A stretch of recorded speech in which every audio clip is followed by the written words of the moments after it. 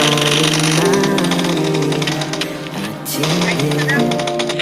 У камина в 6 утра разбитая душа, и все твои обещания пустота.